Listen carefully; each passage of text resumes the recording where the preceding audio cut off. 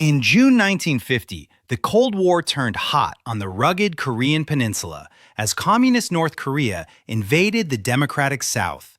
North Korean forces stormed across the 38th parallel, equipped with powerful Soviet T-34 tanks, overwhelming the defenders. South Korean soldiers were forced to retreat through muddy rice paddies until they were pinned down at the defensive Pusan perimeter.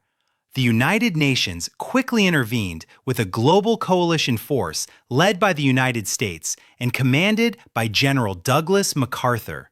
MacArthur orchestrated a brilliant surprise amphibious landing at Incheon that allowed Allied forces to recapture the capital city of Seoul.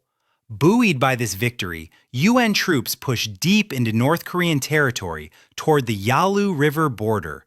The conflict escalated dramatically when hundreds of thousands of Chinese soldiers suddenly crossed the border to support North Korea. Combat turned brutal as soldiers in heavy olive-drab parkas struggled to survive sub-zero temperatures and deep snow. Infantrymen clutching frozen M1 Garand rifles faced human wave attacks while fighting through the unforgiving mountainous terrain. The skies above became a new battlefield as F-86 Sabres and MiG-15s engaged in high-speed dogfights over the infamous MiG Alley.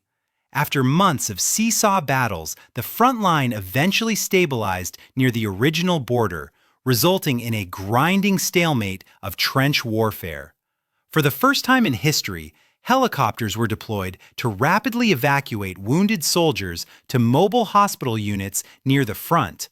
Weary negotiators met in the village of Panmunjom to discuss a ceasefire, while sporadic fighting continued along the hills. An armistice was finally signed in July 1953, ending major combat operations but stopping short of a formal peace treaty.